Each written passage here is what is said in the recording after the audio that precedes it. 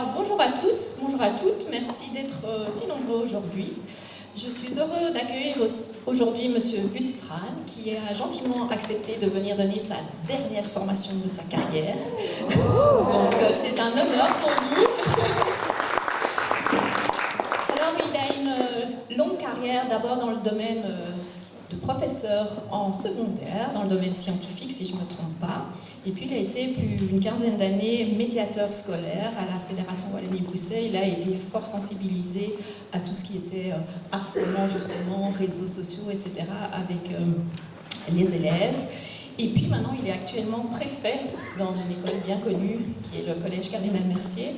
Et donc voilà, il a une vie de terrain et une vie en relation avec les élèves. Donc on trouvait qu'il était pertinent de pouvoir bénéficier de ses ressources et de son expertise dans le domaine. Et donc aujourd'hui, il vient nous parler de tout ce qui est Internet, réseaux sociaux, pornographie, cyberharcèlement et jeux en ligne. Connaître, comprendre pour les accompagner au mieux. Donc il va faire une présentation d'une bonne heure et puis il y a des échanges qui seront possibles pour pouvoir interagir et bénéficier de toute son expérience dans le domaine. D'accord? Je ne sais pas si vous voulez rajouter quelque chose. Non, tout a été dit. Est-ce que vous préférez pas son micro? Micro? Eh bien, ce sera micro. Alors, bonsoir à toutes et à tous, merci de m'accueillir. Donc, effectivement, un parcours professionnel varié, toujours en présence des jeunes. J'ajouterai à ça que j'ai été responsable de Mouvement Jeunesse pendant 25 ans, que je suis père 3 fois, grand-père 3 fois. Donc, effectivement, les jeunes, c'est un peu comme vos enfants, on commence à s'y connaître un tout petit peu. Pas question pour moi, dans cette soirée, d'apporter un jugement de valeur. Il n'y a rien qui est bien, il n'y a rien qui est mal, il y a un constat, il y a des constats qu'on fait, que vos enfants vont faire, que vous allez peut-être faire. Et ce sont ces mêmes constats qui, moi, m'ont poussé à réfléchir à ces nouveaux moyens de communication que sont Internet, les réseaux sociaux, et tout cela, évidemment, passant par le téléphone portable. Pour introduire le sujet, un très grand retour en arrière. En 1975, quand on demandait aux enfants d'école primaire d'imaginer l'an 2000, ces élèves dessinaient des voitures volantes, des bases sur la Lune, ou encore des robots. Quand l'an 2000 est arrivé, qu'on a fait un peu le bilan de ce qui avait été fait, on s'est rendu compte que rien de tout ça s'était passé. Que la seule révolution qui a prodigieusement et fondamentalement transformé notre société, c'est ça. 150 grammes de technologie, qui aujourd'hui est accessible à partir de 100 ou 150 euros, qui donne à leurs possesseurs, enfants, adultes ou grands-parents, accès au monde entier. Marmiton, recette de cuisine sous ce qui vous reste dans le frigo, physique de formule de chimie, de physique nucléaire, tout et n'importe quoi. C'est-à-dire que quand on offre ça à nos enfants, quand ils terminent un cycle d'enseignement primaire, par exemple avec le CEP, on leur ouvre la porte au monde entier, avec tout ce que ça a de magnifique et tout ce que ça a de pire. Alors rassurez-vous, moi je vais malheureusement aujourd'hui vous parler un peu du pire. Hein, c'est un peu comme le radioguidage. Le radioguidage, le matin dans la voiture, on vous parle des routes, on vous parle des carrefours où il y a des accidents, des embouteillages. Heureusement pour nous tous, on ne nous parle pas des milliers de kilomètres où il n'y a pas de problème. Eh bien, Internet, c'est ça. C'est des milliers d'utilisations sans aucun souci. Et de temps en temps, parce qu'on ne s'est pas suffisamment méfié ou parce qu'on a clairement fait une bêtise, le problème arrive. Et l'idée, c'est comment est-ce qu'on gère et comment est-ce qu'on prévient ces genres de problèmes. Est-ce que vous vous rendez compte, petite parenthèse, que si, en 1985, j'avais voulu aller à l'école équipé comme le sont nos enfants, j'aurais dû y aller comme ça. Pour la bonne et simple raison qu'aujourd'hui, un téléphone portable, c'est 360 000 applications différentes, parmi lesquelles il y a un téléphone. Donc aujourd'hui, on paye, on vient lire ça en suivant son GPS sur le téléphone portable, on gère son parking avec son téléphone portable, on gère ses commandes, on achète, bref, on fait tout avec un téléphone portable, à se demander ce qu'on fera le jour où on les aura perdus. Ça, c'est la réalité. C'est notre réalité, c'est celle que vous faites devant vos enfants. C'est celle que vos enfants feront dès qu'ils seront en possession de la machine. Alors au programme aujourd'hui, on va parler des réseaux sociaux, on va parler du cyberharcèlement et du harcèlement, on va parler aussi de la pornographie, des jeux vidéo, et on parlera peut-être un peu de l'addiction. C'est parti pour les réseaux sociaux. Qu'est-ce que c'est qu'un réseau social? J'ai choisi Facebook, parce que c'est celui où vous êtes. Nos enfants n'y sont plus parce qu'ils ont peur de croiser leurs parents. Ils sont sur d'autres réseaux sociaux. Mais ce que je vais vous dire à propos des réseaux sociaux, c'est valable pour tous les réseaux sociaux. Un réseau social, c'est un groupe de gens qui se rassemblent parce qu'ils ont des intérêts communs. Et les fondements de ces réseaux sociaux, c'est une théorie mathématique. Que dit cette théorie? Que deux personnes prises au hasard dans le monde, il n'y a entre eux que 6 liens d'amitié. Je m'explique.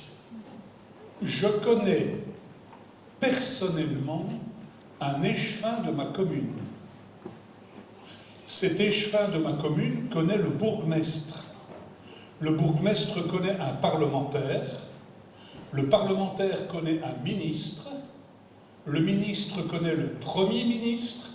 Et le Premier ministre connaît Obama. Entre moi et Obama, 6 cercles concentriques. Et c'est peut-être pour cette raison qu'en voyage à l'autre bout du monde, vous avez rencontré quelqu'un qui connaît quelqu'un qui connaît quelqu'un que vous connaissez. Et vous avez dit, mon Dieu, que le monde est petit. Eh bien, le réseau social, c'est ça. Quand vous avez un nouvel ami sur Facebook, quand ils ont un nouvel ami sur Instagram, par exemple, ils sont étonnés de voir dans la liste des amis, tiens, ils connaissent celui-là aussi. Comment se fait-il qu'ils ou elles se connaissent? Eh bien, c'est ça un réseau social. Si c'est valable entre Obama et moi, c'est valable entre vous et un agriculteur chinois. Et c'est ce qui fait la réussite, le fondement et la richesse des réseaux sociaux. Facebook, c'est un réseau social, mais ce n'est pas le seul, je vous l'ai dit, nos enfants n'y vont plus. C'est pourtant eux qui, a un peu plus de 20 ans, Facebook est né en 2004, ont fait le succès.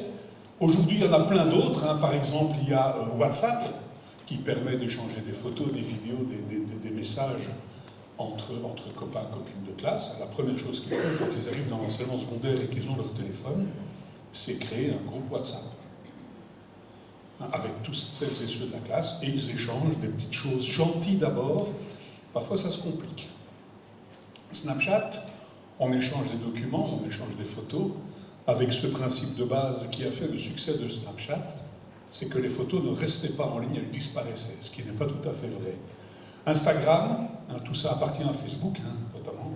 Là aussi, on échange des photos, on fait des stories, on se met en valeur, on se montre le plus possible et au plus grand nombre. Et TikTok, anciennement appelé Musical.ly, peut-être que ça vous rappelle quelque chose. TikTok est une exception dans la mesure où TikTok est le seul réseau social qui n'est pas américain, il est chinois. Et donc tout ce que l'on met sur TikTok, ça part en Chine comme données privées. Pour vous donner quelques chiffres à propos des réseaux sociaux, on est 7,6 milliards sur Terre. Il y en a 4 milliards qui utilisent Internet, 3,4 milliards qui sont actifs sur les réseaux sociaux et 3,2 milliards qui ne sont sur les réseaux sociaux qu'à partir de leur téléphone portable. Le téléphone portable, smartphone, est en train de grignoter tous les jours des parts de marché. On vend de moins en moins d'ordinateurs fixes, on vend de moins en moins d'ordinateurs portables, on vend de moins en moins de tablettes, on vend de plus en plus de téléphones, et ces téléphones sont de plus en plus perfectionnés. Il faut quand même savoir que certains enfants qui réussissent leur CE1D reçoivent comme cadeau, j'en croise tous les jours, un téléphone portable qui coûte 1,5 fois mon premier salaire d'enseignant. L'iPhone 15, 1 600 € pour le nouveau modèle. D'accord ? En clair, cet iPhone 15, ou tous les smartphones, quel que soit leur prix, qui est une porte ouverte au monde entier, c'est quand même le seul appareil au monde qui est vendu sans mode d'emploi.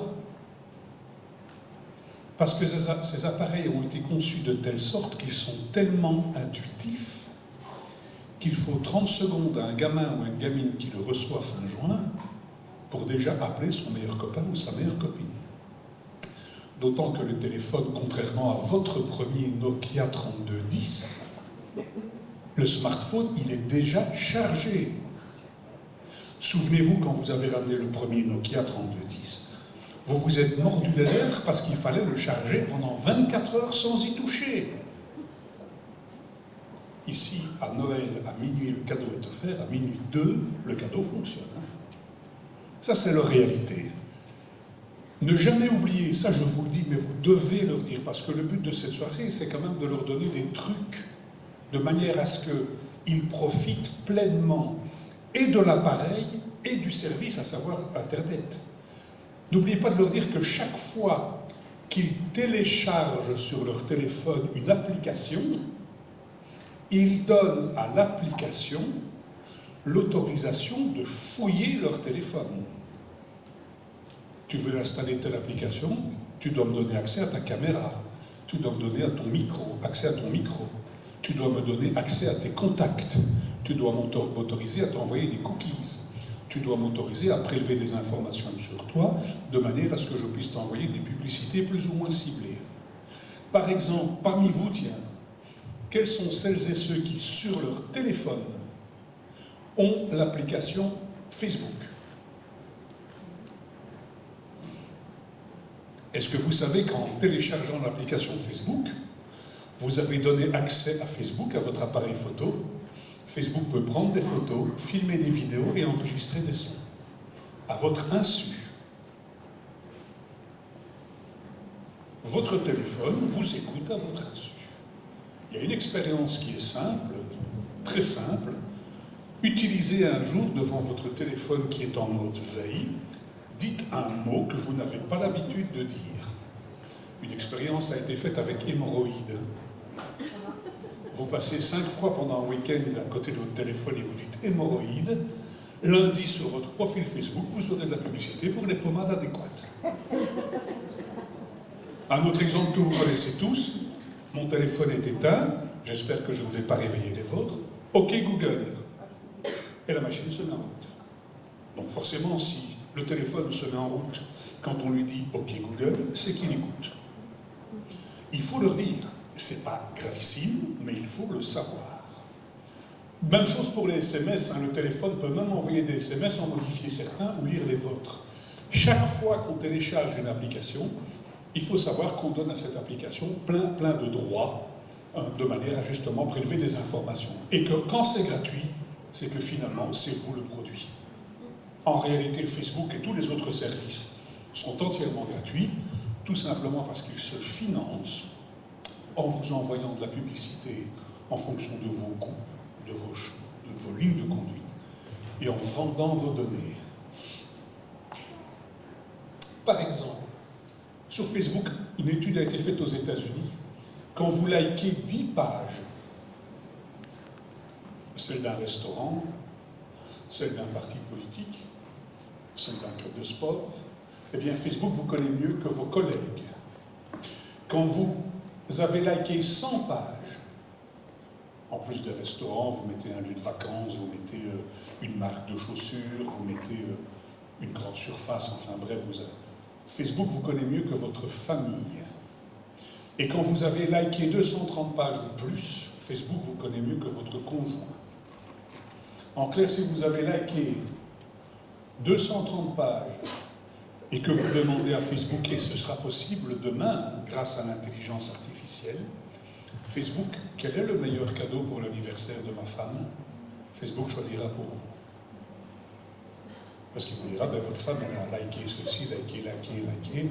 Donc ce serait bien d'envoyer une semaine en Tunisie, ou au contraire de lui offrir un super bon resto, parce qu'elle adore ça. C'est un peu caricatural, mais voilà vers quoi on va. Au plus on like, au plus on aime de choses, au plus on vous connaît, au plus les réseaux sociaux vous connaissent, et donc au plus vos données auront de la valeur. Parce que pour la première fois, on va pouvoir vous envoyer de la publicité ciblée.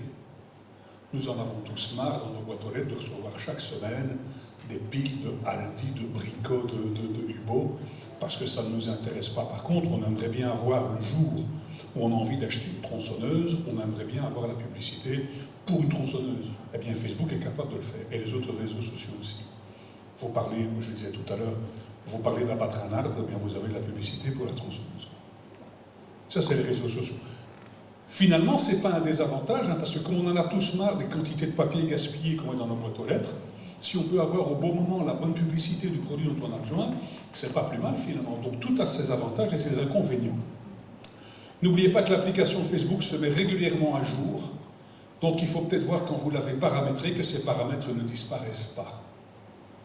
Et donc régulièrement voir si sa page Facebook est correctement paramétrée. Quelques conseils donc, dites à vos enfants et à vous, quel que soit le site, de choisir un bon mot de passe. Et que ce mot de passe, on ne le donne à personne. Je vais vous donner un truc et vous pouvez leur dire pour avoir un mot de passe compliqué, différent sur chaque site et pourtant très facile à retenir. Vous allez choisir ce que j'appelle une racine, n'importe laquelle, votre prénom, ou bien les chiffres 1, 2, 3, 4, 5, 6, 7, 8, 9. Ça, c'est la racine. Puis vous allez choisir un logo, un signe, dollar ou euro. Et ensuite, le nom du site. Le mot de passe sur Facebook, ce sera 1, 2, 3, 4, 5, 6, 7, 8, 9, dollars, Facebook. Le mot de passe sur Instagram, ce sera 1, 2, 3, 4, 5, 6, 7, 8, 9, dollars, Instagram. Le mot de passe sur eBay, 1, 2, 3, 4, 5, 6, 7, 8, 9, dollars, eBay. Et comme ça, vous avez un mot de passe qui contient, comme on le demande, des chiffres, des lettres, des signes, différents sur chaque site, et facile à retenir pour vous, puisque finalement, la seule chose qui change, c'est le nom du site sur lequel vous êtes. Et n'utilisez pas, et qu'ils n'utilisent pas les mots de passe 1, 2, 3, 4, ou 9, 9, 9, 9. D'accord? Et surtout, un mot de passe, c'est comme votre mot de passe de carte de crédit. Ça ne se dit pas. Parce que dans ma carrière, chaque fois que j'ai été confronté à un jeune qui avait dérapé sur Internet et qui avait choisi comme excuse « mon compte a été piraté », le compte n'avait pas tout à fait été piraté, l'élève auteur, enfin l'élève responsable, avait donné à un copain ses codes d'accès. Et grâce à ces codes d'accès, c'est le copain qui avait pu faire des bêtises sur les réseaux sociaux. Donc un mot de passe, ça se garde, ça ne se partage pas. Normalement, pas de réseaux sociaux avant 13 ans, c'est la loi. Je préfère un enfant de 11 ans inscrit sur un réseau social avec papa et maman, qui l'accompagne, qui l'aide, qu'un gamin à qui on dit à 13 ans, ok, tu peux faire ce que tu veux. Un réseau social, c'est un passage pour piétons. La première fois que vos enfants ont marché, qu'ils vous ont accompagné dans la rue, et que vous leur avez expliqué le passage pour piétons, vous leur avez écrasé les doigts. Pour leur expliquer, stop, on ne va pas trop vite, tu restes à côté de moi. Tu regardes le petit bonhomme vert, tu regardes à gauche, tu regardes à droite. Or, à l'adolescence, ils vont traverser tout seuls. Les premiers pas sur les réseaux sociaux doivent être obligatoirement accompagnés. Qu'est-ce que tu fais sur un réseau social? Viens, je vais t'expliquer. Vous n'allez pas leur expliquer la technique, ils sont meilleurs que nous. Vous allez leur expliquer le savoir-être. Une phrase. Apprends-moi à faire ma page Facebook, dit papa ou maman. Je t'apprendrai ce que sont les droits d'auteur. Je t'apprendrai ce que c'est que la diffamation. Je t'apprendrai ce que c'est le respect de la vie privée. Et là, vous ne devenez pas concurrents, vous devenez complémentaires.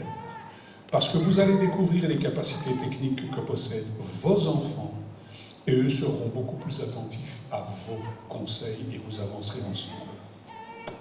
On crée un profil sur un réseau social quel qu'il soit et il faut le mettre régulièrement à jour. Nous grandissons, nous vieillissons, vos enfants grandissent, déménagent, changent d'école, changent d'option, il y a plein d'événements dans la vie qui font que ce qu'on a introduit au début de son inscription sur un réseau social peut changer, qu'il pense à le mettre à jour. On parle de la confidentialité du profil avec je mets volontairement mes pieds dans le plat Il n'y a plus de confidentialité de profil. Parmi vous, je suis absolument convaincu qu'il y en a qui, il y a une vingtaine d'années, étaient probablement sur MSN, avec un pseudo. On pouvait encore imaginer à ce moment-là, comme il y avait que MSN, que grâce au pseudo, on était inconnu. Mais non, c'est fini. D'ailleurs, pour que Facebook fonctionne, il faut un vrai nom, un vrai prénom. Mais c'est le cas aussi pour d'autres réseaux sociaux. Et je pars d'un principe que, vous savez, un pseudo, c'est comme un masque. Pendant la période du carnaval, les gens osent tout, parce qu'ils sont masqués. Ils ne seront. Je ne serai pas reconnu, je ne serai pas coincé. Moi, je pense qu'il est préférable d'apprendre à nos enfants que sur Facebook, on dit qui on est et on assume ce qu'on fait.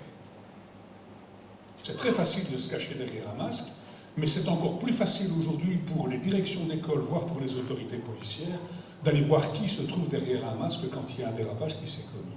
Dérapage grave, j'insiste, les plaintes à la police sont tellement nombreuses que seuls 2 à 3% sont suivis. Il faut le savoir. N'oubliez pas que vous n'avez aucun contrôle sur ce que vos amis feront des informations que vous leur transmettrez. Quand vous avez 2 jeunes filles qui sont admirablement copines, une va à Louvain-la-Neuve au shopping l'Esplanade et va acheter un nouveau maillot parce qu'aux vacances de mai, elle va partir sur la Côte d'Azur en Espagne, aux Caraïbes avec ses parents, et que dans la cabine d'essayage, elle se prend en photo pour envoyer à sa meilleure copine. Elle ne sait pas ce que cette meilleure copine va faire avec la photo le jour où elle la recevra, ou le jour où il y aura une dispute entre les 2 fillettes. Donc, ne mets pas sur Internet ce que tu ne présenterais pas dans la vraie vie. Quand vous demandez à des gamins, à des gamines, dans une classe, dans un groupe, comme je le faisais avant, quels sont celles et ceux qui ont des photos d'eux en maillot? Tout le monde lève la main, on a tous des photos en maillot. Quels sont celles et ceux qui seraient prêts à mettre cette photo sur la vitre arrière de la voiture de papa ou maman? Personne ne lève la main, c'est leur intimité. Et quand vous leur dites que vous avez fouillé leur profil Facebook et que vous avez trouvé des photos d'eux en maillot, il y en a qui rentrent sous la table. On leur fait croire par un petit jeu un peu théâtral qu'on va montrer ces photos. Il y a des jeunes gens, des jeunes filles qui se décomposent parce qu'ils savent très vite, très bien, qu'ils ont mis sur les réseaux sociaux des photos qui ne doivent pas tomber entre toutes les mains. Et ça, il faut vraiment insister là-dessus. Il y a un petit jeu que j'ai fait lors d'une animation qui consiste à accumuler des photos découpées dans des magazines. Des photos de groupe, des photos de paysages, des photos de jeunes gens en lingerie ou de jeunes filles en lingerie, enfin peu importe. Et on mélange tout sur la table et on demande aux élèves, faites 3 paquets. Un paquet avec les photos que vous, si c'était vous, vous les montreriez au monde entier. Un paquet avec des photos que vous ne montreriez qu'à la famille.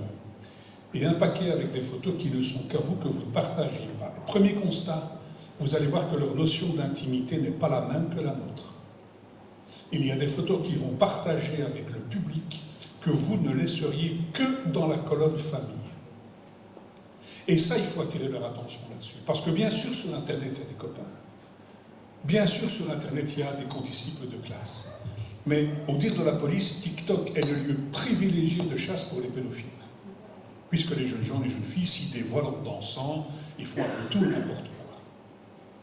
Voilà. Alors, on a dit la même chose sur Facebook, on a dit la même chose sur Instagram. Donc, tout ça pour vous dire que sur Internet aussi, il y a des prédateurs. Et donc, ce n'est pas non plus l'endroit pour s'exposer un peu trop. Voilà, on peut partager des photos ou des vidéos, d'accord? Mais de temps en temps, ça peut déraper. Je vous donne un exemple très simple, je vais le lire pour vous. C'est une classe d'école qui était en voyage scolaire à Paris. À la sortie du musée du Louvre, une élève demande « Puis-je prendre une photo pour mettre sur mon profil Facebook ?» Les enseignants, les élèves sont d'accord, la photo est prise et comme la jeune fille l'a annoncé, la photo est sur son profil Facebook. Elle y met en plus un gentil commentaire. Donc Marie dit, je vous lis, super souvenir de la visite du Louvre, super groupe, super ambiance, super souvenir, super grand merci à toute ma classe et à monsieur François et à madame Simon. J'ai juste changé les mots. Dans les 485 amis de Marie, il y en a un qui a été foutu dehors de l'école, l'année d'avant. Il lit le commentaire, et je vous prie de m'excuser pour le vocabulaire, il met en commentaire, donc s'il s'appelle Florian, « Madame Simon, cette salope, jamais je ne pardonnerai ce qu'elle a fait, elle peut crever, à cause d'elle j'ai perdu 1 an de ma vie, je suis dans une école de merde, comment vous pouvez l'aimer, cette conne ?»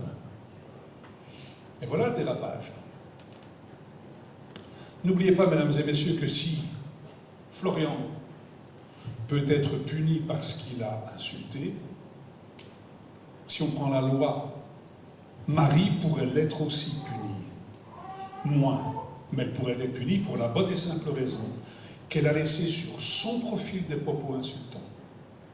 Donc quand on est sur un réseau social, ne perdez pas de vue que vous êtes des éditeurs responsables, responsables des photos que vous publiez, des propos que vous tenez, mais aussi des commentaires que vous acceptez. Il est donc bon de temps en temps d'aller jeter un coup d'œil et d'effacer, puisque vous en avez la possibilité technique, d'aller effacer ces commentaires qui sont disgracieux, qui sont insultants ou complètement inadaptés. On le fait en allant cliquer, là vous le voyez, sur les 3 petits points, et on peut masquer le commentaire. Voilà. Nous sommes des éditeurs responsables. Avant de mettre un commentaire sur Internet, eh bien, on se pose la question si on a vraiment un avis, si cet avis est utile, s'il intéresse quelqu'un, s'il est positif et bienveillant, s'il peut faire du mal, pourquoi on le fait, et si on sait de quoi on parle. Il faut absolument et impérativement réfléchir avant de publier, parce qu'une fois qu'on a appuyé sur le bouton Enter, c'est trop tard. Vous savez comme moi que chaque fois qu'il y a un grand événement politique, pendant la nuit, il y a des centaines de milliers de commentateurs qui naissent. À les entendre, à les lire, on croit qu'ils ont tous fait Sciences Po comme étude. Et quel que soit le domaine, il y a des milliers, des millions de personnes qui donnent leur avis, sans même avoir la moindre connaissance de quoi on parle. Donc évitons peut-être de perdre du temps dans ces commentaires complètement inutiles. Je pense que vous vous souvenez tous et toutes du jour où on a retiré les petites roues du vélo de ses enfants. On les a accompagnés dans le parc, sur la terrasse, dans le jardin, sur le trottoir, sur la route, enfin peu importe l'endroit. On les a rassurés, on a retiré les petites roues, on a tenu la selle, on les a un peu poussés au départ, l'enfant est parti, alors, il est tombé 2 ou 3 fois, c'est évident, comme dans la publicité Erta, qu'on a tous en tête, on lui s'abîme le genou, et puis à un moment donné, il est parti. Il s'est roulé, elle s'est roulée à 2 roues. En clair, ça veut dire mon enfant maîtrise l'équilibre, maîtrise le vélo. Aucune maman, aucun papa n'en a conclu que parce que le gamin savait rouler à vélo, qu'il maîtrisait le code de la route. Vous savez tous qu'entre le moment où on a retiré les petites roues et que ça a fonctionné, et le jour où il est allé, où elle ira à l'école toute seule avec son vélo, il y a des années d'apprentissage. D'apprentissage du code de la route, des codes, des lois, des règles, de la manière de mettre son casque, de porter un gilet jaune.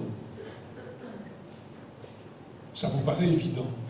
De la même manière, quand on s'étonne de voir une petite fille qui a 3 ans, qui ne sait ni lire ni écrire, qui déverrouille par le logo le téléphone de sa maman, qui choisit l'icône YouTube et qui va voir ses dessins animés préférés, on dit, mon Dieu, comme il maîtrise ça.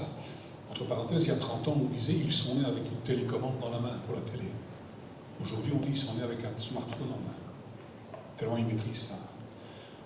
Eh bien, ce n'est pas parce que nos enfants, ou petits-enfants en l'occurrence, maîtrisent la technique, qu'ils connaissent la loi.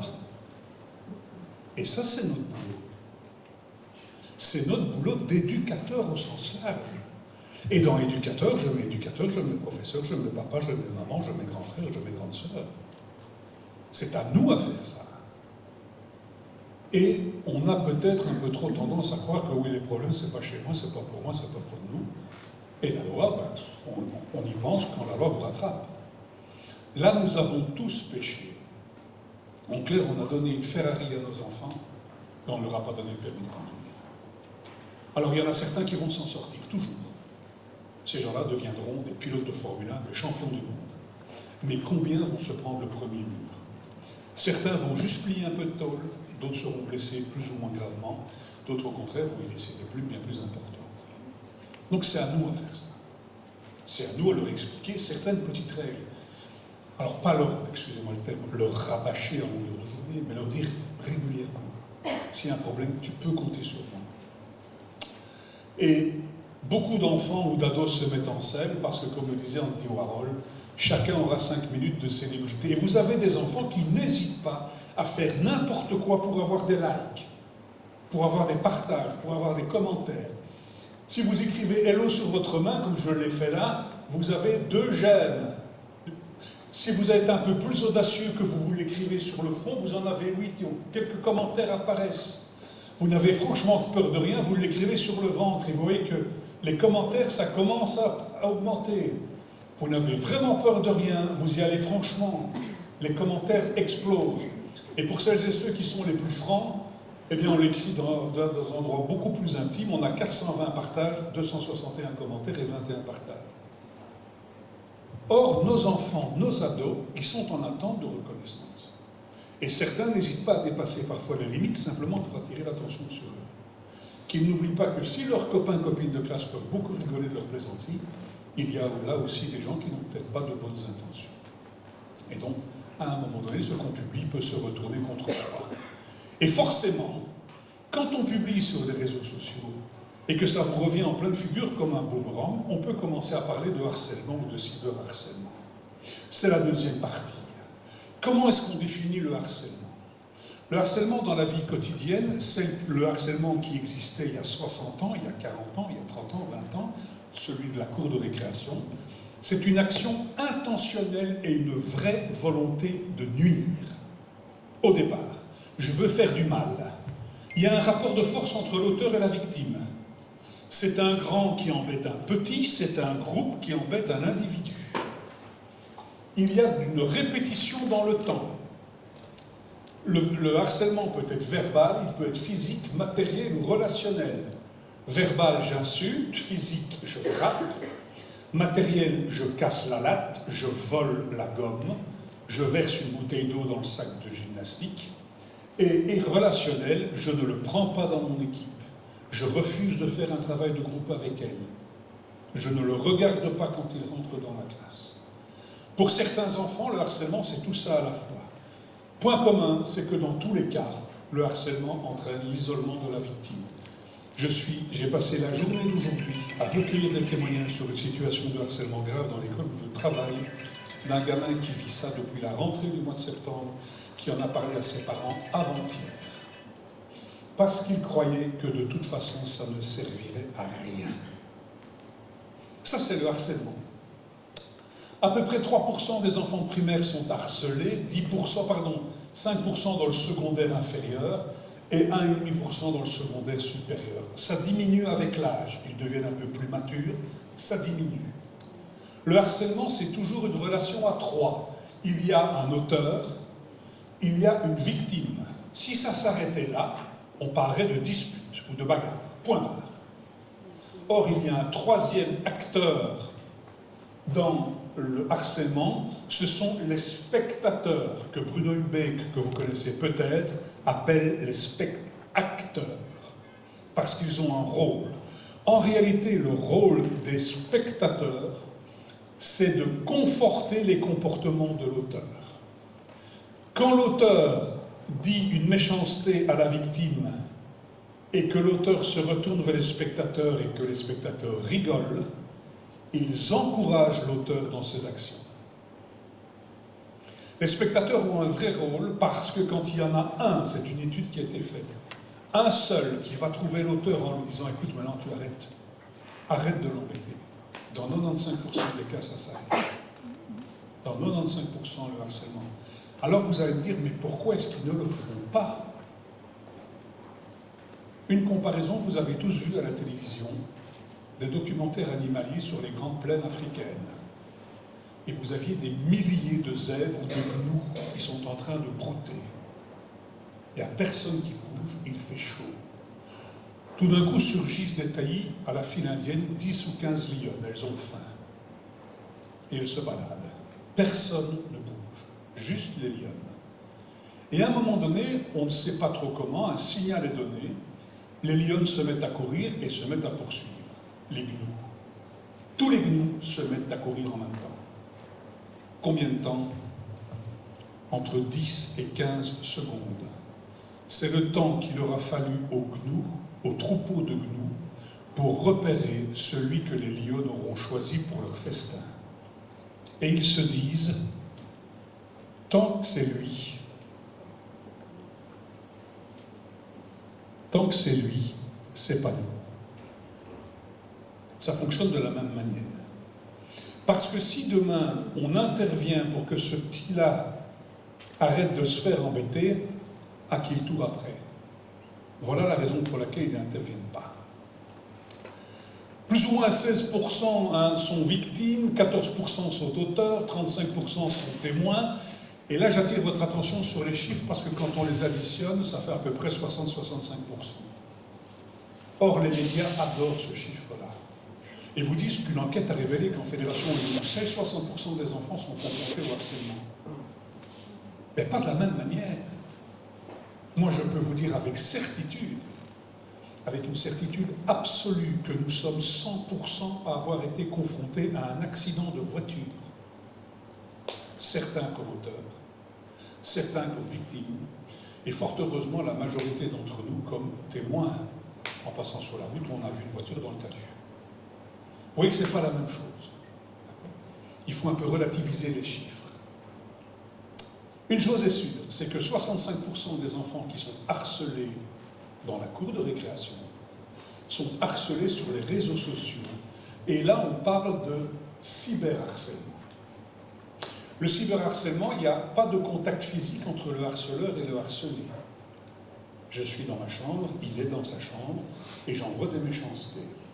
La persistance des propos, quand c'est sur Internet, ça ne s'efface pas.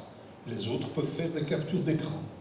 Un grand nombre de spectateurs ou de spectateurs, la dilution des responsabilités, la principale caractéristique. Mais c'est pas moi, monsieur, moi c'est pas moi. Moi, vous savez, j'ai juste pris la photo dans la cour de récréation ou dans les vestiaires d'éducation physique. J'ai juste pris la photo. C'est machin qui m'a demandé de lui donner la photo et c'est lui qui l'a mis sur le réseau social. Et c'est machin qui a insulté. Donc c'est pas moi. Dilution des responsabilités. Plus aucune limite dans le temps. Avant, le gamin harcelé ou la gamine harcelée à 3h30, 4h, quand l'école se terminait, elle montait dans le bus, il montait dans la voiture de papa ou maman. C'était fini jusqu'au lendemain matin. Mais non, c'est tout le temps, sans arrêt. 24 heures sur 24, 7 jours sur 7. La possibilité d'anonymat pour l'auteur, on peut se cacher derrière un faux profil pas longtemps, la rapidité de diffusion et laisse des traces écrites. Vous savez, quand j'ai commencé ma carrière, on en parlait tout à l'heure de médiateur, donc il y a à peu près 20 ans, on ne parlait pas de harcèlement, on parlait de raquette. Tout le monde devait lutter contre le racket. Les écoles faisaient des vidéos pour lutter contre le racket. La police faisait des animations contre le racket. Je faisais des animations contre le racket. Et puis un jour, on a parlé de harcèlement. Tout simplement, c'est parce qu'il y a 25 ans, j'ai suivi un week-end de formation complet sur le suicide des adolescents, première cause de mortalité chez les adolescents, et on nous expliquait que bien souvent, la cause est inexpliquée. Parce que les adolescents qui se suicidaient ne laissaient pas de lettres. Aujourd'hui, quand un adolescent se suicide, on fouille son téléphone portable, on va voir ce qui se passe sur les réseaux sociaux, et très souvent, toujours, on trouve des choses épouvantables. Et donc, on a pris conscience de l'ampleur du phénomène. On s'est mis à l'étudier et à chercher des parades. Parce qu'il y a des traces écrites. Le harcèlement ou le cyberharcèlement, plutôt, on peut créer une fausse page ou un faux profil, on peut se moquer en ligne, envoyer des messages insultants, on peut faire courir, propager des rumeurs, on peut envoyer des photos compromettantes ou des films qui le sont tout autant, et pour les plus doués, on peut envoyer des virus d'un ordinateur à l'autre, mais là, ça reste exceptionnel comme type de harcèlement. Rappel important, n'oubliez pas que vous n'avez aucun contrôle sur ce que vos amis, sur ce que leurs amis vont faire de ce qu'ils reçoivent, donc parfois, c'est mal utilisé. Sur Internet, tu publies, tu réfléchis, apprends à bien gérer ton image. Vous avez peut-être été élevé, éduqué avec la phrase « il faut protéger ta vie privée ». Eh bien maintenant, nous sommes obligés de dire à nos enfants « vous devez apprendre à gérer votre vie publique ». Cette vie publique, c'est celle qui se passe sur Internet, c'est celle qui se passe sur les réseaux, c'est celle qui se passe entre les téléphones et les messages qu'ils s'échangent. Aujourd'hui, ce n'est un secret pour personne. Plus de 7 patrons d'entreprises sur 10 reconnaissent googler les candidats à un emploi, c'est-à-dire taper leur nom dans Google ou sur les réseaux sociaux pour aller voir si le CV parfait qu'ils reçoivent correspond bien à la réalité qu'on trouve sur les réseaux sociaux ou sur Internet. Quand nous avons cherché un emploi, on a envoyé un CV, une lettre de motivation. Aujourd'hui, en plus de tout cela, il y a les réseaux sociaux qui sont des mines d'informations. Dès l'instant où on doit recruter, on fait partie par exemple d'une boîte de chasseurs de tête. Sur Internet, rien ne s'efface, autant s'en souvenir avant d'en souffrir. Quelles sont les conséquences pour l'enfant qui est harcelé? Perte d'estime de soi, un isolement, un repli social, pas de goût de l'effort, pas de goût de travail, il n'a plus envie de travailler par exemple à l'école, donc une baisse des résultats scolaires totalement inexplicable. Jusqu'ici, tu as bien travaillé, qu'est-ce qui t'arrive? Développement de stratégies d'évitement des agresseurs. Pour les plus petits à l'école maternelle ou à l'école primaire, c'est demander à leur institutrice, madame, je peux rester dans la classe pendant la récréation. Pour les plus grands, c'est papa, est-ce que je peux prendre un bus plus tôt? Ou est-ce que tu veux venir me chercher plus tôt? Où est-ce que je peux aller à l'étude? Parce qu'en allant à l'étude, ils ne sont pas obligés de prendre le même bus que leurs agresseurs. Donc dès l'instant où il y a des demandes qui consistent à décaler le temps scolaire, ou à le rendre inhabituel, il y a peut-être anguille sous roche. Des troubles anxio-dépressifs. Des gamins qui, quand ils passent la grille de l'école, vomissent. Avant, tout allait bien, mais au moment où ils passent la grille, ça ne va plus. Et des risques d'automutilation ou parfois de passage à l'acte suicidaire. Malheureusement, pour tous les intervenants que nous sommes, parfois, ou très souvent, plutôt, il n'y a aucun de ces symptômes.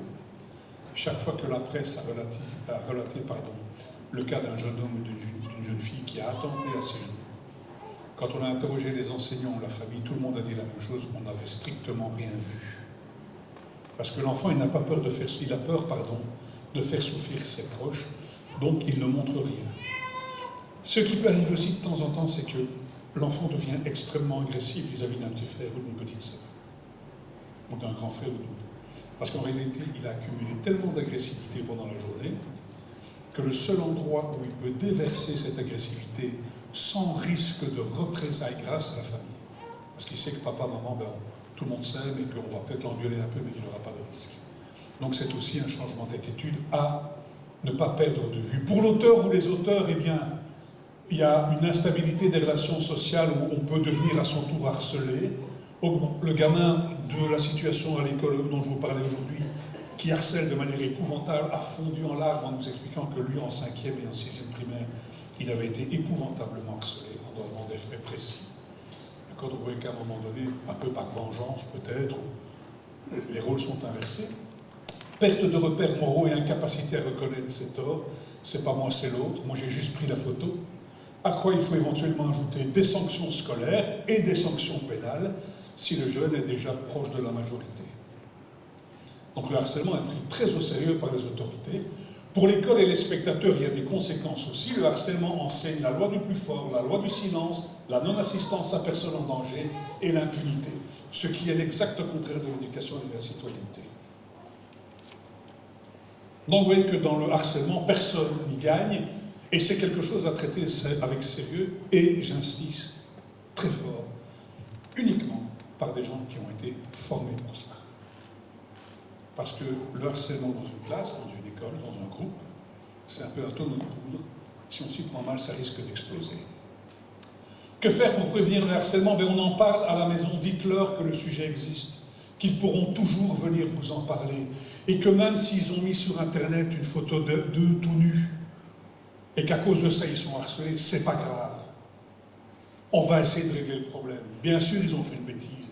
Mais il faut, avant que les ennuis arrivent, qu'ils soient informés par vous régulièrement que vous serez toujours à l'écoute. Et que s'ils sont harcelés, quoi qu'ils aient fait, ils sont avant tout des victimes avant d'être des coupables. Ça, c'est la chose importante. Informer sans cesse les plus jeunes que naviguer sur Internet, ça laisse des traces. Qu'il ne faut pas envoyer de photos, poster des photos ou des films qui sont à la limite de l'acceptable, ou même envoyer ces photos ou ces films à des gens de confiance. On ne sait pas ce que ces gens de confiance en feront. Parlez-leur des limites de la liberté d'expression. À l'école, il faut définir ce qu'est le harcèlement, il faut donner la parole aux jeunes, permettre des signalements anonymes, parce que parfois on a peur d'être le nous qui se fait manger parce qu'on a dénoncé une situation, former les adultes au repérage, mettre en place des structures d'aide avec des personnes formées, mettre en place une médiation par les pairs, pourquoi pas, et ouvrir l'école aux partenaires extérieurs qui peuvent apporter un éclairage ou un coup de main en tout cas efficace et plus ou moins rapidement selon les services. Quand le harcèlement est avéré, si l'enfant victime parle, il faut le rassurer, il n'est pas une victime, il est une victime, pardon, il n'est pas coupable. Félicitez-le et encouragez-le. Rassemblez les preuves, soit par des captures d'écran, etc. Il existe plein d'applications. Vous pouvez envisager de déposer une plainte ou de demander une aide psychologique, signaler à l'école. La plainte, je l'ai déjà dit. Si l'enfant est témoin, dites-lui qu'il doit parler, que ce n'est pas être une balance, c'est le pire obstacle. Oui, non, monsieur, je ne suis pas une balance. Oui, j'ai vu des trucs, mais je ne vais rien dire parce que je ne suis pas une balance. Non, il témoigne. Et dans le témoignage, ça peut aider parfois à trouver une vérité et donc des solutions. On soutient la victime, on ne rit pas de sa situation, on ne participe pas au harcèlement, on essaye de convaincre l'auteur d'arrêter, on en parle à un adulte, et si l'enfant est auteur, exigez qu'il retire les propos diffamatoires ou insultants, d'accord, et expliquez-lui qu'il va devoir répondre de ses actes. Et aussi catastrophique puisse cela être pour vous en tant que papa et maman de découvrir ce que votre fiston ou fille a fait, eh bien soutenez l'école dans la démarche de réparation. J'ai eu des parents qui s'effondrent en larmes parce qu'ils ont dit jamais mon fils ou ma fille n'a fait ceci ou cela, c'est n'importe quoi, et quand vous leur mettez les preuves sous les yeux, les parents sont absolument estomaqués de ce que leur gamin ou gamine a pu dire. Toujours dans l'esprit de Hello écrit sur le front, la poitrine ou les fesses, vous voyez ce que je veux dire? C'est qu'il a fallu être plus méchant que la voisine. On n'est pas fondamentalement méchant, mais il a fallu montrer qu'on osait aller plus loin. Et donc parfois ça dépasse les limites. Dans le cadre de la sanction, ne supprimez jamais totalement le téléphone. Ça peut paraître paradoxal ce que je vous ai dit, mais c'est la prolongation de leurs mains. C'est leur outil de communication. Alors, dans une sanction, vous pouvez brider l'utilisation, c'est absolument évident, mais pas supprimer à 100%. Sinon, ils perdent leur contact. Ils perdent une grande partie de leur vie sociale, ça peut paraître paradoxal, mais c'est extrêmement important. Une demi-heure par jour, ça peut suffire. Pendant un mois. Et puis 1 heure. Mais il faut marquer le coup. Comme la victime, l'auteur aura peut-être besoin de soins psychologiques pour que ça ne se reproduise pas.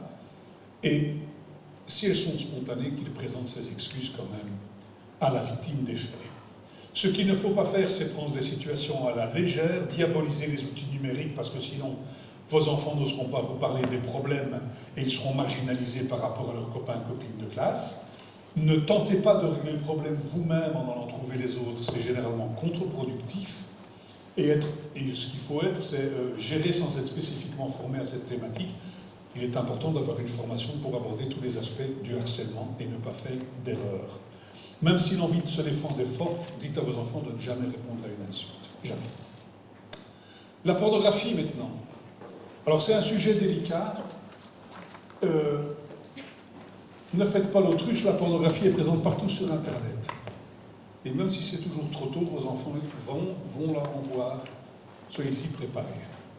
Âge moyen du premier visionnage d'images pornographiques, 9 ans. Ça veut dire qu'il y en a que c'est avant et il y en a que c'est après. Ça ne veut pas dire qu'ils ont cherché ces images, ça veut dire qu'ils sont tombés par hasard sur certains trucs, ou alors qu'il suffit d'un copain de classe qui, sur son téléphone, ait une image d'un film et qui la partage avec les autres, qui la montre. C'est une réalité. Au début, la pornographie sur Internet était accessible moyennant un numéro de carte Visa. Mais ça coûtait extrêmement cher.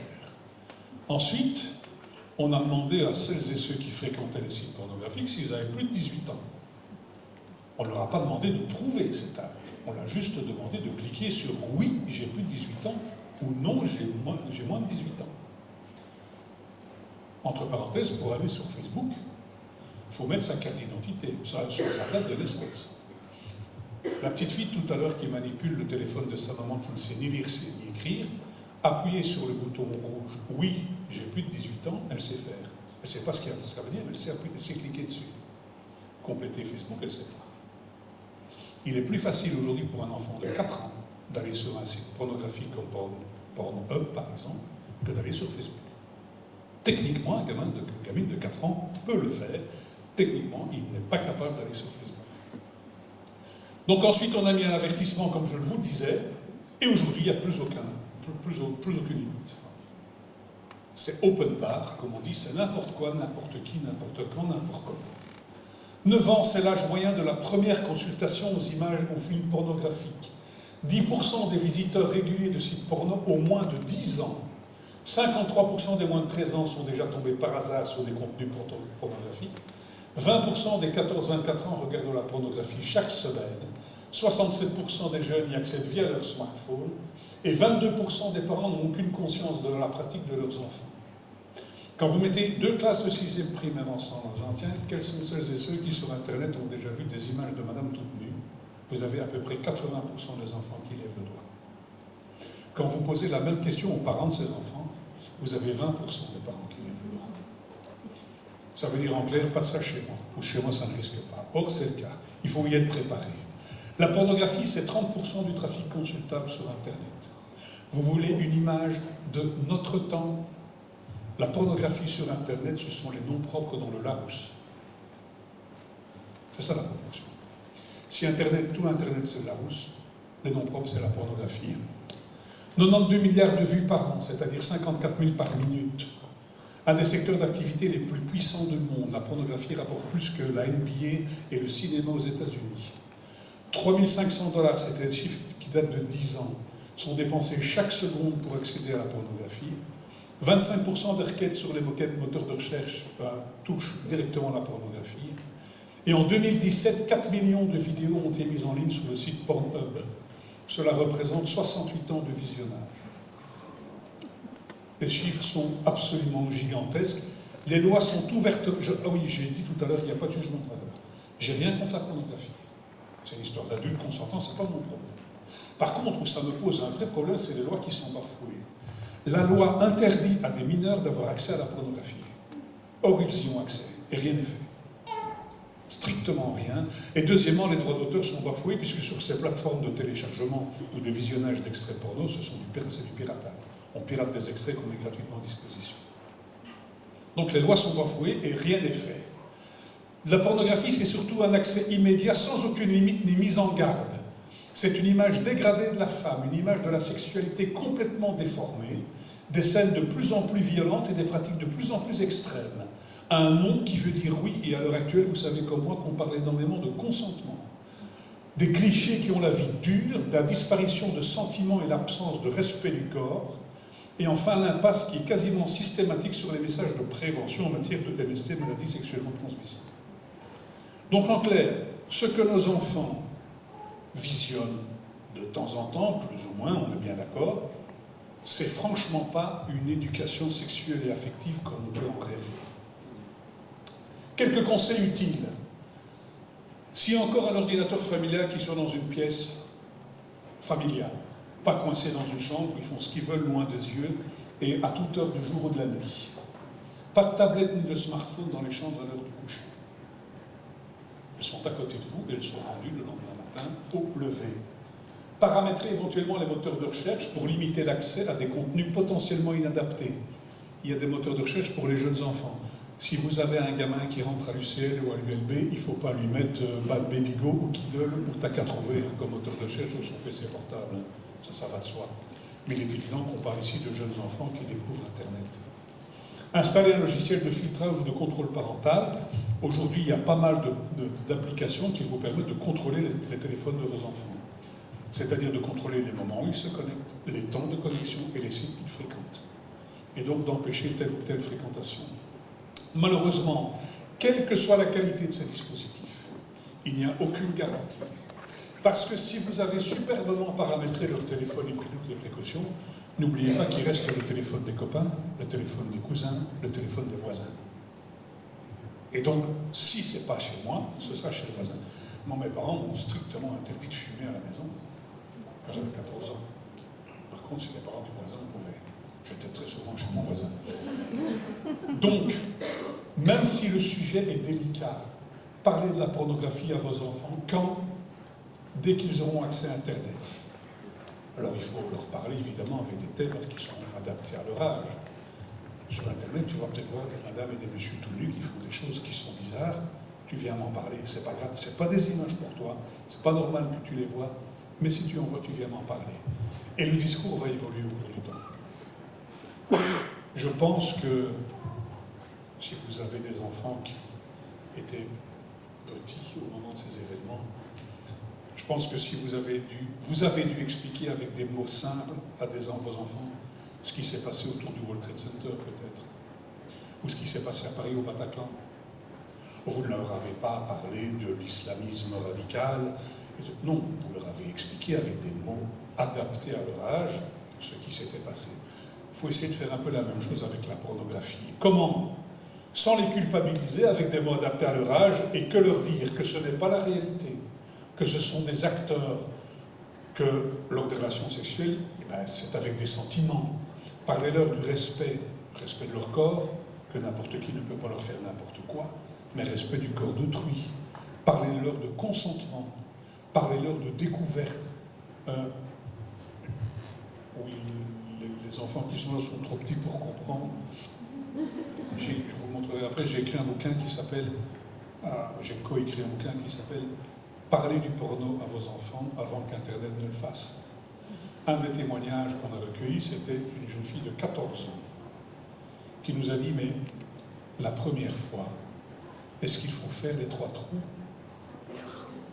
Je m'excuse d'être grossier, ou d'être limite, mais ça montre l'image qui est véhiculée.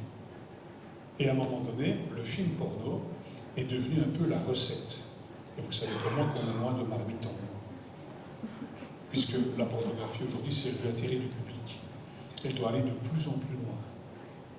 Et donc, les pratiques extrêmes qui sont payantes aujourd'hui parce qu'elles sont vraiment extrêmes, on va inventer des trucs un peu plus extrêmes et ces extrêmes-là vont devenir gratuites. Et à un moment donné, les jeunes gens et les jeunes filles vont voir des trucs et quand ils seront confrontés à la réalité, ils verront que les choses sont bien plus compliquées que ce qu'on leur a montré sur un écran. Parlez-leur des maladies ou des infections sexuellement transmissibles, ça reste hélas un sujet bien trop d'actualité. Et pourquoi ? Pour une seule raison. Pour éviter que les films porno ne deviennent la seule éducation à la sexualité qu'ils aient. C'est la plus belle chose qui puisse exister entre humains. Mais il faut que ce soit bien fait. On prend son temps, on respecte l'autre et on ne brûle pas les étapes. On termine avec les jeux vidéo. Inquiet ou effrayé, 12 conseils pour y gérer ou tenter de gérer au quotidien. Quand on réfléchit bien, vous avez, mesdames et messieurs, 2 défis à relever. C'est celui du temps qu'il passe à jouer et du type de jeu. La lumière là-bas, c'est 18 ans. Ce sont les 2 défis. En clair, vous n'avez aucune prise sur, vous n'avez pas de prise sur quoi que ce soit d'autre. Ce n'est pas vous qui allez influencer l'industrie du jeu vidéo, soyons clairs. Alors je vais vous donner quelques conseils, simplement pour gérer. Le seul problème, c'est que ces conseils doivent être mis en place avant qu'ils jouent. Ou alors, tu veux tel jeu vidéo? Ok, avant d'aller l'acheter au magasin, on met en place le cadre d'utilisation. Respectez si possible la règle de Serge Tisseron 36912 qui dit « Pas d'écran avant 3 ans » ou essayez d'éviter. Pas de console de jeu individuelle avant 6 ans. Il peut y avoir une console dans le salon à 5 ans et on joue en famille. Et c'est devenu un lieu de partage comme avant on jouait aux dames, au Monopoly ou au Cluedo. Pourquoi pas? Mais pas de console où le gamin ou la gamine peut s'isoler seul dans sa chambre. Pas d'internet seul avant 9 ans. Et pas de réseaux sociaux ou de réseaux sociaux avant 12 ans. Les chiffres sont donnés à titre indicatif, ça peut varier un peu. Deuxième conseil, jouez avec eux. Parce qu'en jouant avec eux, mesdames et messieurs, pour la première fois de votre vie, vous n'allez pas être obligé de faire semblant de perdre. Vous allez vraiment perdre parce qu'ils sont meilleurs qu'eux. Et donc vous allez découvrir leurs compétences. Moi, quand j'ai joué à un jeu de circuit avec ma gamine qui avait 8 ans et qu'elle m'a pris 2 tours sur un circuit de Formule 1, j'étais pas fier alors que je conduis depuis 20 ans. Enfin, je conduisais depuis 20 ans. Bref, ils ont des compétences et ça vaut la peine d'être félicité. Et quand on a 14 ans, ou 15 ans, ou 13 ans, ou 12 ans et qu'on commence à construire sa personnalité, se faire féliciter par papa, maman, parce qu'on a fait un chouette truc, même dans un jeu, ça vaut la peine. Et c'est toujours bon à prendre. Construisez donc ensemble les règles d'utilisation et de bonne conduite. Si votre fiston ou votre fillette vous dit « Maman, papa, j'aimerais faire du football dans un club », il n'y a personne parmi vous, personne qui va dire « Ok, tu peux faire du foot, mais pas plus d'une demi-heure par jour ». Ça n'a pas de sens, parce que vous savez comme moi que faire du foot dans un club, c'est 2 entraînements d'1h30 par semaine, et le match le samedi matin. Donc si vous n'êtes pas prêt à faire ces concessions-là, autant dire au gamin ou à la gamine, non, tu ne feras pas de foot. Si vous n'avez pas découvert les règles du jeu vidéo, comment voulez-vous mettre vos propres règles? Si une partie du jeu machin dure 35 minutes et que vous dites tu peux jouer un quart d'heure, le gamin va tout faire pour gagner les 20 minutes qui lui manquent. J'arrive, je dis au revoir mon copain, attends un petit peu, attends, j'ai pas entendu. Il va développer toute une série de stratégies pour gratter les 10-15 minutes qui lui manquent. Par contre, si vous savez qu'une partie dure une demi-heure, vous pouvez dire, ok, tu fais une partie d'une demi-heure, dans une demi-heure je t'appelle pour passer à table. Bien comme tu as bien bossé à l'école, aujourd'hui tu peux faire 2 parties, donc je te laisse 1 heure sur la console de jeu, pendant lesquelles tu vas pouvoir faire tes 2 parties. Si on ne connaît pas les règles du jeu, vous savez comme moi, si vous avez joué au Monopoly, hein, si on a 10 minutes, on ne va pas dire, tiens, on a 10 minutes, on ne ferait pas Monopoly. Ça n'a pas de sens. Eh bien, c'est la même chose avec les jeux vidéo. Donc construisez ensemble les règles d'utilisation. Il est plus difficile de changer les règles en cours de partie, donc fixez-les avant. Tu veux tel jeu? Ok, ça fonctionne comment? Dans la mesure du possible, dans un souci de cohérence, les règles devraient être identiques partout dans la famille. Oui, mais chez papy et mamie, je peux jouer plus longtemps. Oui, mais papy et mamie m'ont acheté un jeu de 18+. Mettez vos règles, sinon ça n'a pas de sens. Avant d'acheter, informez-vous sur les contenus des jeux qu'ils veulent avoir. Et pour ça, il existe un super site qui s'appelle Jeux vidéo info parents. Vous tapez le nom du site, du jeu, pardon, et vous avez toutes les informations. Et vous savez par exemple si le jeu se joue sur une PlayStation ou sur une Nintendo, s'il peut se jouer sur le téléphone. Vous savez là, vous avez un avis de psychologue, vous avez un avis de joueur, vous avez des avis d'experts. Et en fonction de ces avis, vous pouvez faire des choix.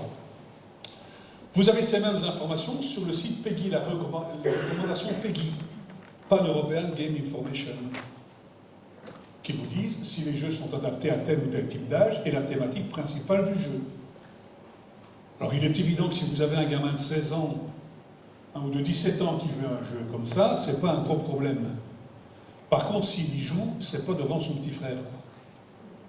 Parce que les images peuvent poser problème. 2 exemples. Qu'est-ce que ça veut dire le logo 16?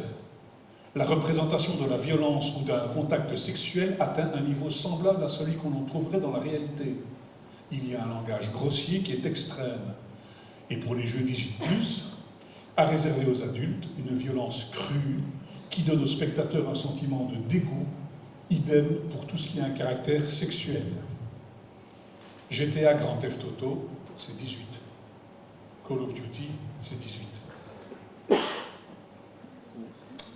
Exemple. Votre gamin, votre gamine dit « Je voudrais un jeu de baseball ». Ben, vous avez 3 choix. Celui-là. Celui-là.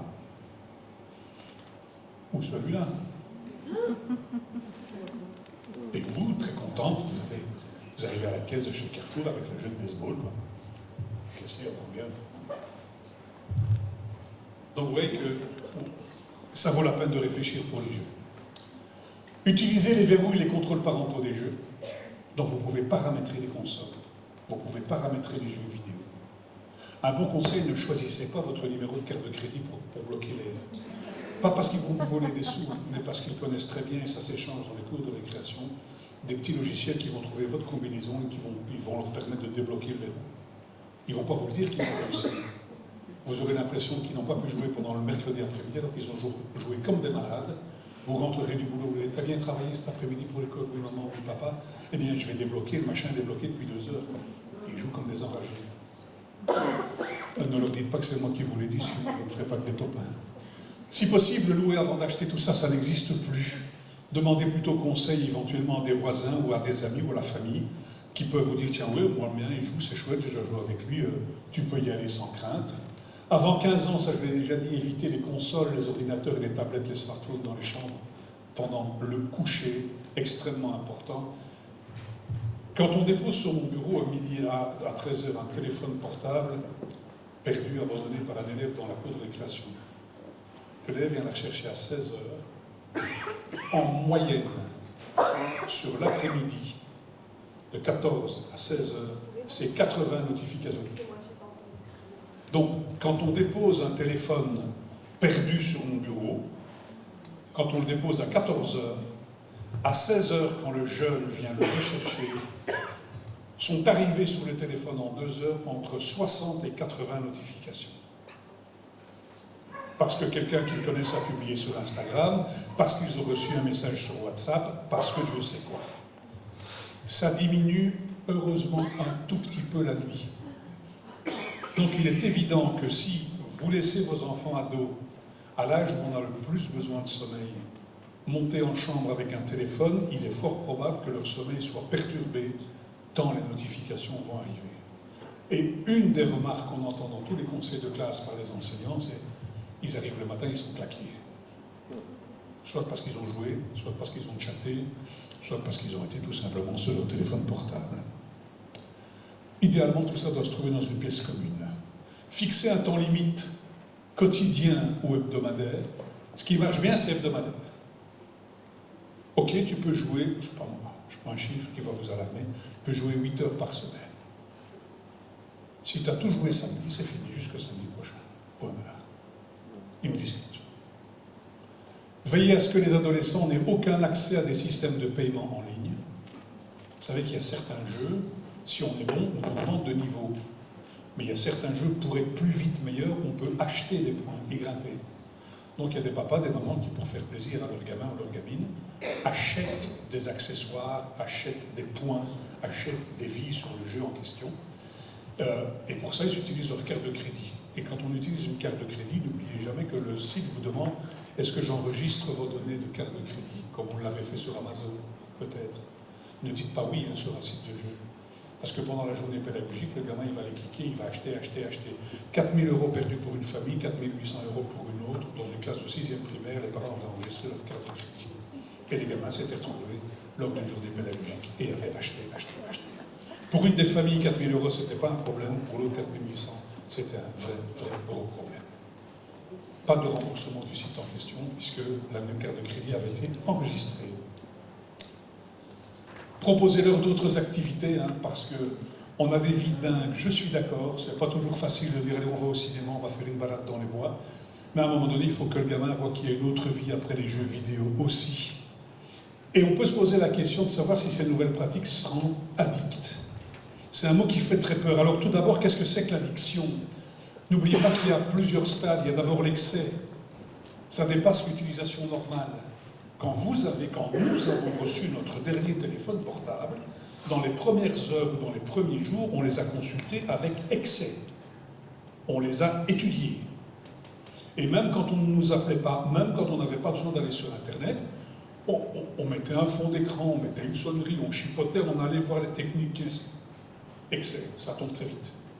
Quand on achète une nouvelle voiture, le jour où elle arrive du garage, on passe la soirée à la maison, et puis le soir, avant d'aller se coucher, on va jeter un coup d'œil à la nouvelle voiture. On va s'asseoir dedans pour voir si la radio fonctionne bien. Excès. Ça ne dure pas longtemps, heureusement. Nos enfants, comme nous tous, utilisent parfois certains trucs avec excès. À un moment donné, c'est l'abus. C'est-à-dire que cette utilisation, elle devient problématique pour les autres. Dis papa, plutôt que d'aller t'asseoir dans ta nouvelle bagnole et voir le GPS, t'irais pas me conduire au foot parce qu'on est en retard. L'utilisation excessive du papa a une influence sur l'entraînement du foot du gamin. Dis maman, excusez-moi mesdames, dis maman, plutôt que de regarder ce qu'il y a sur les réseaux sociaux, il y a les patates qui sont en train de déborder là. C'est caricatural, je m'en excuse. Jusque-là, il n'y a pas de gros danger. Arrive ensuite la compulsion, c'est on ne sait plus s'arrêter. On s'ennuie, on prend son téléphone. On a 10 minutes, on prend son téléphone. Et on va voir. Ça commence à être un peu pathologique, mais ce n'est pas encore gravissime. Et enfin, il y a la dépendance ou l'addiction, ou un traitement psychologique est indispensable. Beaucoup de parents me disent « ma fille, mon fils est addict, dépendant ». Non. La plupart des situations que moi j'ai rencontrées, c'est ce qu'on appelle de la consommation excessive. On était ici et là. Il y a une clinique d'ailleurs qui s'est ouverte en Hollande pour les spécialistes de la dépendance aux jeux vidéo. Je pense que c'est un hôpital qui est resté ouvert une petite année et qui a fermé parce que 98% des patients qui arrivaient dans cet hôpital manquaient tout simplement de repères familiaux. On ne leur avait pas donné de limites. Dès l'instant où on a mis des limites, alors au début ça a été un peu compliqué certes, mais les enfants ont fini par les respecter, les choses se sont plutôt bien passées. Voilà, donc on en est loin de ce qu'on voit, où des enfants qui sont parfois addicts à leur ordinateur. Ça existe, mais c'est moins fréquent, on ne le pense, soyez rassurés. Et parfois un simple recadrage suffit. Parfois un recadrage avec un accompagnement psychologique suffit aussi. Parfois un recadrage avec faire de nouvelles activités avec papa, maman, ça suffit aussi. Quand font-ils s'inquiéter? Si l'enfant joue tous les jours, qu'il joue plus de 2 heures par jour, qu'il est excité en jouant, qu'il est agité ou irritable quand il ne peut pas jouer, est-ce qu'il a abandonné des activités parascolaires pour jouer? S'est-il éloigné de ses relations sociales pour jouer? A-t-il déjà essayé de s'arrêter de jouer sans y parvenir? S'il y a 4 réponses positives, vous avez des raisons de vous inquiéter. Pour celles et ceux qui le désirent, j'ai un questionnaire qui s'appelle questionnaire de la dépendance aux jeux vidéo. C'est un questionnaire qui fait 4 faces de feuille recto verso, qui est complété en même temps par l'enfant et par ses parents. Ce sont les mêmes questions. Et quand on finit par comparer, vous savez, en fonction des réponses aux questions, il y a des points. Un peu comme dans les revues où on fait un test machin de personnalité, Dieu sait quoi. Et en fonction des points, vous savez si vous êtes addict ou pas, ou ceci ou cela. Et parfois, c'est intéressant de comparer les deux visions. Si vous avez 4 points positifs là, et que le questionnaire dit oui, effectivement, il y a un problème, ça vaut peut-être la peine de consulter. Il est indispensable de rester attentif au comportement du jeune, de lui fixer des limites de temps et de contenu, de rester attentif aux résultats scolaires. Si tout ça diminue, il peut peut-être y avoir un problème. Et dans tous les cas, mesdames et messieurs, n'oubliez pas que c'est vous qui avez le dernier mot. C'est vous qui payez la machine. C'est vous qui payez l'abonnement. C'est vous qui payez les droits, les jeux. Il est donc logique que ce soit vous qui ayez un droit de regard. C'est ça la parentalité, c'est ça retrouver son rôle d'éducateur, de parent, et de les accompagner au mieux pour qu'ils tirent le meilleur de ces nouveaux outils, enfin, qui sont plus vraiment nouveaux, de communication. Un site que je vous donne, comme ça, qui s'appelle Just Delete Me. On s'est tous inscrits un jour sur un site sur lequel on ne va plus. On y a laissé des données, on a envie de les effacer. Just Delete Me référence tous les sites avec un code de couleur. Quand le code est vert, il est très facile de s'en désinscrire. Quand il est orange, c'est compliqué. Quand c'est rouge, c'est très difficile. Quand c'est noir, c'est impossible. Non seulement c'est une première indication de vous donner le site, mais en plus, si vous cliquez sur Facebook, par exemple, qui se trouve là, en cliquant sur l'onglet Facebook, automatiquement vous tombez sur la page de désinscription de Facebook. Vous n'êtes pas obligé d'aller sur le site Facebook et chercher le chemin d'accès pour se désinscrire. Ça se fait automatiquement. En fait, Just Delete Me, c'est un annuaire de désinscription. Ça permet d'aller vite. Et si vous êtes inscrit sur Evernote, pas la peine d'y aller, on ne sait pas se désinscrire. Dans 1 million d'années, vos données seront toujours enregistrées là-bas, puisqu'il n'y a aujourd'hui aucune législation qui dit combien de temps on peut garder ou on doit détruire vos données. Enfin, votre téléphone portable a déjà remplacé votre montre, votre appareil photo, votre calendrier, votre réveil. S'il vous plaît, faites en sorte qu'il ne remplace pas votre famille. La chose la plus épouvantable que nous voyons de plus en plus souvent, j'espère ne choquer personne, c'est quand vous êtes installé en face à face dans un restaurant avec votre épouse et que vient s'asseoir à côté de vous une famille de 4. Et le gamin est sur sa tablette, la fillette est sur un téléphone portable, et les papas et mamans consultent leur mail ou leur page Facebook et communiquent simplement de temps en temps. T'as vu ce qu'il ou elle a publié. Si c'est comme ça, restez chez vous. Les moments de resto, c'est le téléphone dans la voiture, au pire à la maison. On est autour de la table, on dialogue, on échange, on parle. Et on vit un vrai moment avec ses enfants. Voilà, je vous remercie de votre attention. Pour celles et ceux...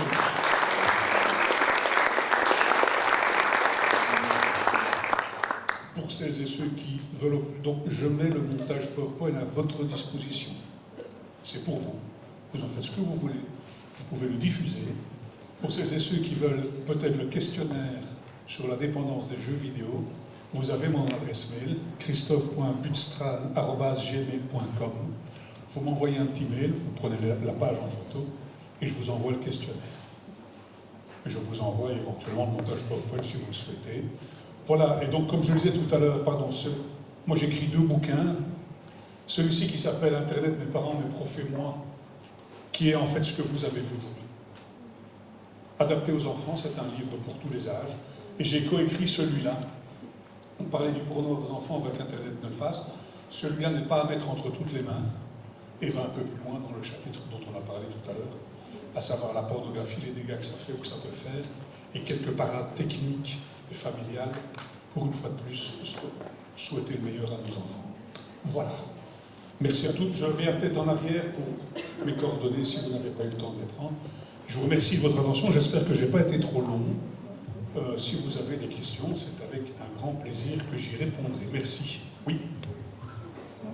Par exemple, par rapport au jeu à l'attention, si votre enfant voulait limiter son temps, que son copain de classe est connu tel réseau, comment rentrer une carrière, et qui, entre guillemets, prend du speed, du talent, et le fait qu'il soit aidé, il n'est pas peur que ce soit justement mis à part en voulant le protéger par rapport à l'influence qu'il pourrait y avoir en mode regarde, Pedro lui fait ça, la société, par exemple. C'est effectivement... Donc, le problème, c'est dès l'instant où on met, si j'ai bien compris, dès l'instant où on met des règles trop strictes à un enfant... Ah oui. On va peut-être allumer. Voilà. Donc, si j'ai bien compris la question, c'est dès l'instant où on met un cadre à un enfant, qu'on le bride, est-ce qu'il ne risque pas de souffrir du fait que des copains de classe ne soient pas bridés eux? C'est bien ça? Oui, c'est un risque, effectivement. Mais n'oubliez pas qu'il y a une question de valeur familiale. Et faut-il céder par rapport aux valeurs de groupe, contrairement aux valeurs familiales? C'est la question que je pose. Oui, je prends un exemple. Il y a peut-être 20 ans, les jeunes rêvaient de devenir stars de cinéma. Aujourd'hui, ils voulaient devenir youtubeurs et maintenant ils veulent devenir futurs. Oui. Un peu cette idée de rêve qu'on casse ou pas. Parce que ça peut être un rêve pour eux, une fuite de dire c'est possible que ce ne soit pas une désillusion et que je peux en faire ma carrière. Et c'est un combat que j'ai envie de protéger. Mais en même temps, quelque part, c'est possible que ça arrive à ça. Oui, c'est tout à fait possible que certains réussissent. Les chiffres sont... Je ne les connais pas, mais on sait comment... Donc, en fait, les gosses ont le droit de rêver, c'est ça. Donc, ils peuvent devenir... En gros, que faire avec un gamin qui a envie de devenir influenceur? Est-ce qu'il faut le brider ou pas? Moi, je pense que si un jeune a envie de devenir influenceur ou champion dans un jeu, pourquoi pas augmenter son temps de jeu, à condition que le reste suive? Vous savez, le père de compagnie, il s'est fait, de Vincent Compagnie, il s'est fait une gloire à ce que son gamin ait un vrai diplôme au cas où le foot ne fonctionne pas. Donc, si vous avez un gamin ou une gamine qui dit « moi je veux être influenceuse, ok, je vais t'aider techniquement », ça peut être un très très bon outil de discussion familiale, parce que vous connaissez des choses qu'ils ne connaissent pas, je parle des droits d'auteur, des limites du droit d'expression, etc., etc. Je t'aide, on fait ça ensemble, on le fait bien, on fait un truc sérieux, mais en contrepartie, toi tu continues à bien bosser à l'école, tu continues à aller à ton club de danse ou à ton club de foot, et quand on va manger chez mamie ou chez papy, tu dis pas « ouais, non, moi j'ai envie d'être à la maison parce que j'ai un live à faire avec mes followers », pour utiliser les termes. Donc, si vous mettez un cadre qui permet à l'enfant de se développer tout en respectant les règles familiales, moi j'ai strictement rien contre, mais encore faut-il que ce cadre il soit en place et que vous vous y teniez. Et avec le temps, soit le succès de l'influenceuse ou de l'influenceur est avéré et forcément l'autre partie va diminuer, soit que le succès ne démarre pas et l'autre partie va reprendre le dessus. Il y a une adaptation à voir.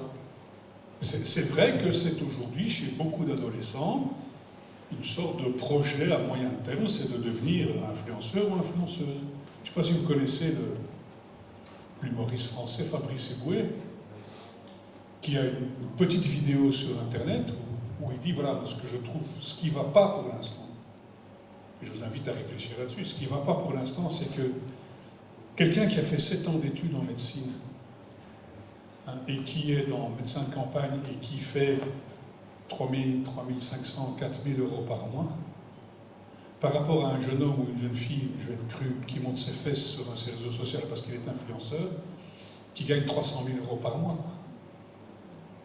Vous savez, le fameux coup de téléphone « Allô quoi ?» Comment est-ce qu'elle s'appelait, ces charmantes demoiselles? Nabila, on la connaît tous. Donc cette femme, dans la vie, elle a fait « Allô quoi hein ?» Vous savez quels sont ses revenus mensuels? Allô quoi?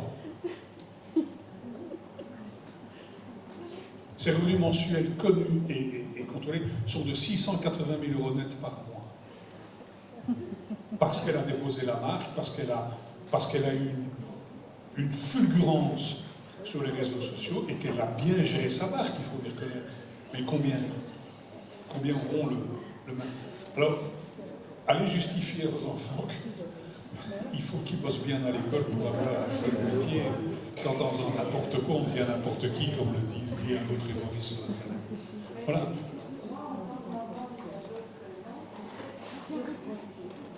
Oui.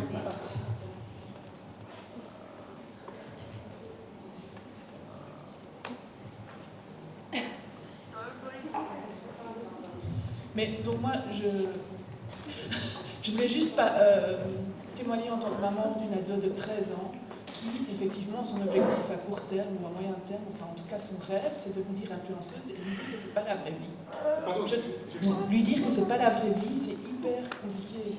Même avec nos valeurs familiales, avec nos valeurs intrafamiliales, l'effet groupe à l'école où tout le monde n'a pas les mêmes rêves est hyper difficile à tenir en fait. Mais je pense qu'il ne faut pas la casser dans ses choix. Je vais parler fort, vous pouvez. Je pense qu'il ne faut pas la casser dans ses choix. Je pense que, vous savez, tous les gamins qui s'inscrivent dans un club de foot, sans aucune exception, ils rêvent de la finale de la Coupe du Monde. Tous. Or, au premier hiver, quand il va falloir aller courir en short et qu'il gèle, il y en a 3%, 5% qui vont abandonner. C'est pas pour ça que les papas, les mamans ne sont pas comme des déchaînés autour des terrains de foot à encourager le gamin. Vous voyez ce que je veux dire? Rien ne vous empêche d'encourager votre fille tout en donnant des limites, comme je le disais à monsieur tout à l'heure, et en lui donnant un cadre à respecter. Et si elle réussit, tant mieux. Mais si grâce au cadre que vous lui donnez, elle fait comme le gamin qui a froid aux jambes quand il va au foot, elle finit par se rendre compte que c'est trop compliqué pour elle ou qu'il y a mieux à faire, vous gagnez sur les deux tableaux. Oui, mais en tant que parent, c'est difficile de garder ces limites imposées par la famille, alors que le voisin, la copine, n'a pas les mêmes limites. Et franchement, à l'adolescence, c'est quelque chose qui vous revient en plein de face, tout le temps. Le rôle de l'adolescent, c'est de franchir les limites. C'est comme ça qu'il se construit. Alors, je vais vous donner un exemple très simple. Vous connaissez Étretat, les falaises d'Étretat. Est-ce que vous avez déjà fait la balade au-dessus des falaises? Si vous allez faire la balade au-dessus des falaises avec vos petits-enfants, vous allez les torturer. Parce que vous allez leur serrer tellement fort la main, de peur qu'ils ne s'écartent et ne tombent, parce qu'il n'y a aucune protection. Hein. Donc ça va être un enfer pour tout le monde. Maintenant, imaginons que l'administration communale d'Étretat dise on va aider ses parents pour qu'ils arrêtent d'écraser la main de leurs enfants. On va mettre des petits piquets avec un fil de fer à 20 cm du sol. Est-ce que ça va vous assurer? Non. Maintenant, si la commune d'Étretat met une clôture en verre blindé de 5 cm de large, haute comme ça, qui n'enlève rien au paysage, vous allez être assuré. Parce que vous avez des limites claires. Nos enfants à l'adolescence, ils n'ont pas besoin de pas de limites. Ils n'ont pas besoin du fil de fer à 30 cm, ils ont besoin de limites claires. C'est-à-dire que vous ne devez pas tout interdire, mais il y a des choses où vous ne devez pas accepter qu'ils aillent, en disant « là-dessus, je serai intransigeant ». Quoi que disent les enfants, la classe, le dosage est difficile, j'en conviens. Je parle de jeux vidéo dans mes conférences. J'ai un fils, il a 33 ans, à 17 ans, il était 6e mondial à FIFA. Pour être 6e mondial à FIFA, il ne faut plus aller à l'école, il ne faut plus parler à ses parents, il ne faut plus avoir de vie. Il a 33 ans, il n'a pas de boulot, mais il a une PS5. Donc, j'ai été le cordonnier le plus mal chaussé. D'accord ? Et si j'avais eu les conseils que je vous ai donnés il y a 20 ans, je pense qu'il n'en serait pas là où il est maintenant. Voilà, parce que les choses évoluent. Donc, on ne peut pas tout interdire, mais on peut cadrer certaines choses. Il y a des domaines, je pense que nos enfants ont besoin de phares. Ça veut dire qu'ils naviguent n'importe où, mais là on sait qu'il y a de la lumière, et là on sait que la côte, elle est hospitalière ou elle ne l'est pas, si vous me permettez cette image. Donc, encouragez votre fille à être influenceuse. Mais dans quelles conditions? Ok, tu as besoin de combien de temps par semaine? À quel moment? Qu'est-ce que tu vas faire? Attention, quand tu publies une vidéo, nous on voudrait bien la voir avec toi, en discuter, pour que tu n'aies jamais de soucis avec cette vidéo. C'est ça qu'il faut faire. Et nous refuserons toujours que tu publies ou que tu discutes avec tes followers après 20h, 21h, 22h. C'est vous qui mettez l'heure. Mais c'est ça une limite claire. Et nous refuserons toujours que ton téléphone passe avant ta préparation de néerlandais ou de mathématiques.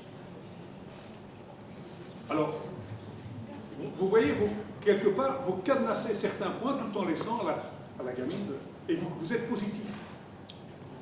Vous dites, il ne faut pas dire, on va t'interdire ça. Ok, ça tu peux faire, mais en contrepartie, on aimerait ça.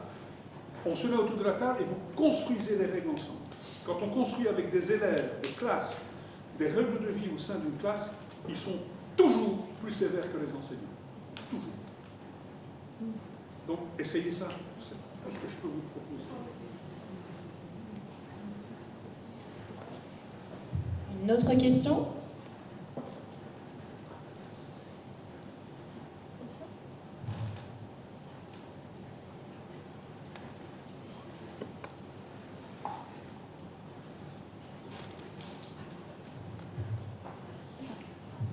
Voilà, je pense que c'était clair et que le temps est passé rapidement, il est passé 20h. Donc merci à tous d'avoir été là.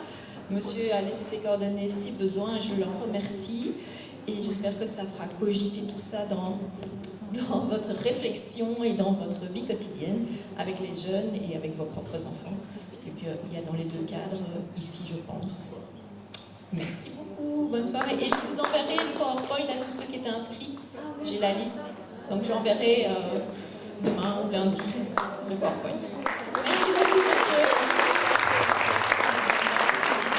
Juste, il y a de la petite documentation derrière vous sur la table IRSA, donc tout ce qui est sur la gauche qui appartient à la chaire, c'est pour consulter sur place, mais tout le reste c'est vraiment pour vous. C'est des petits livres qui ont été écrits par des professionnels sur le harcèlement, le cyberharcèlement, etc. Donc n'hésitez pas, prenez-les, sinon ils restent à l'école. Encore un énorme merci.